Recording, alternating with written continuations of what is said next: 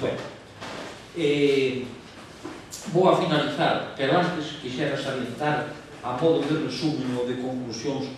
de todo este complexo de datas que vos di. Quería decir, primeiro, que Santiago de Compostela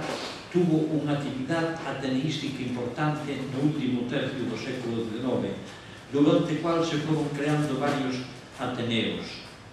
Foron ateneos escolares, como repetidamente se mencionou ao largo desta exposición, na que determinadas rivalidades e afán de protagonismo e exhibicionismo predominaron muitas veces sobre a auténtica misión dos ateneos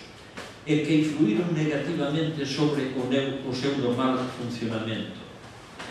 A maioría destes ateneos foron obras de Alfredo Brañas e dos seus colaboradores, desde cuyas tribunas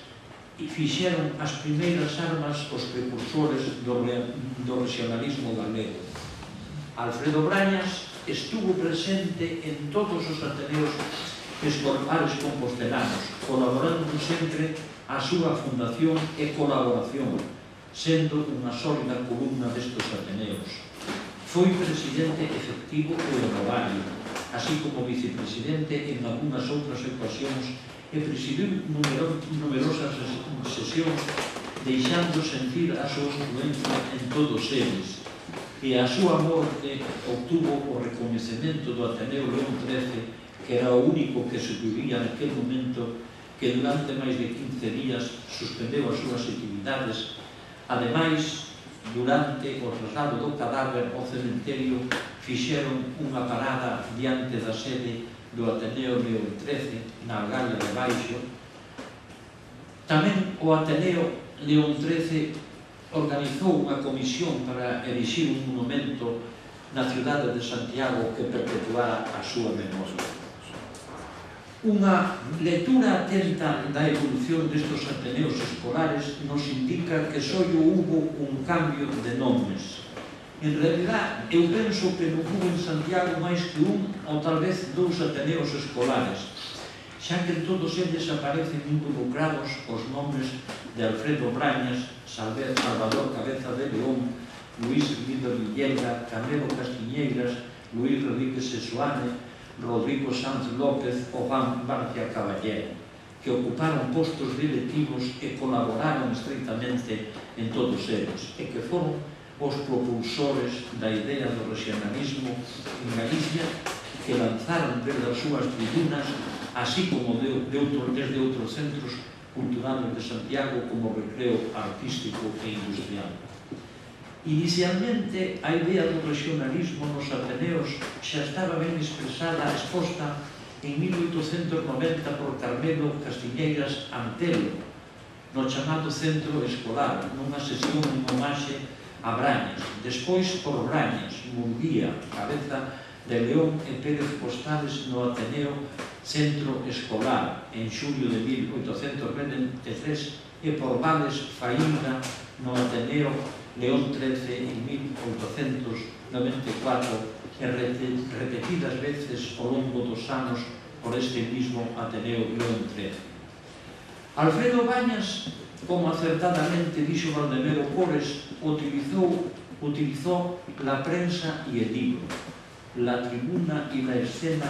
con el ánimo de encontrar una idea básica que intentaba inculcar en aquellos en quien quería influir. Nun banquete en honor a Brañas en Cambados en 26 de agosto de 1890, o alcalde anunciou que se había nombrado a Brañas fillo adoptivo e que unha das rúas de Cambados levaría o nome de Alfredo Brañas, pero tamén se lle propuxo para diputado a Cortes polo distrito de Cambados, ao que se opuxo enérxicamente, dicindo que el era soio regionalista e independente e que non tiña política alguna. Sin embargo, chegou a aceptar a proposta. A publicación do libro de Brañas, O regionalismo, en 1889 non despertou especial interés nos medios galegos, pero tuvo en cambio unha boa acollida fora de Galicia por parte da Diputación de Barcelona, que adquiriu 25 exemplares do Centro Galego de Buenos Aires, que é unha cantidade tamén importante, mentras que en Galicia ninguna diputación adquiriu exemplares do citado libro de Brañas. As ideas regionalistas de Brañas estuveron moi presentes nos diversos ateneos compostelanos, estuveron, así mesmo, no punto de mira dos grandes sectores da sociedade galega, especialmente da prensa, que a pesar de adoptar unha actitude eclética en moitos casos, en outros foi francamente lesiva ou beligerante, como é o caso da integridade do Diario de Pontevedra ou do Diario de Galicia, que arremetiron contra os regionalistas galegos con motivo da visita a Galicia do presidente da Liga Catalanista, Ferran Alsina. Por outra parte, nunha nota necrolóxica publicada na Gaceta de Galicia en Santiago en 1900, coa ocasión da morte de Brañas, finalizaban con esta sentencia: el regionalismo se entierra en la misma sepultura que lo come el gallego, con él a los. Recordamos tamén a este respecto a pouco publicado por el Compostelano en el diario, en un editorial o día 13 de diciembre de 1832, a raíz do anteproxecto do Estatuto Galego. Decía así: en la vieja Compostela, cantada con su peculiar e inimitable gracejo por Castelao, solo había no hace mucho dos únicos estudiantes que se preocupaban de los anhelos de Galicia, y esos eran mirados como entes ridículos, románticos enamorados de un ideal fantasmagórico.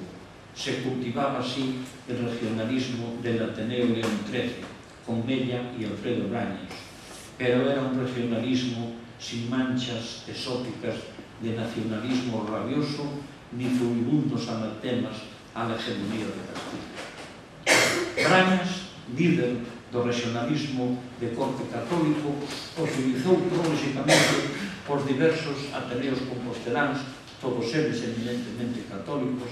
para lanzar desde eles as súas ideas e defenderse dos seus máis acerbos enemigos. Ideolóxicamente, todos os ateneos escolares creados en Santiago estuveron máis ou menos no ámbito da religión católica, seguramente como correspondía ao pensamento dos seus creadores e animadores,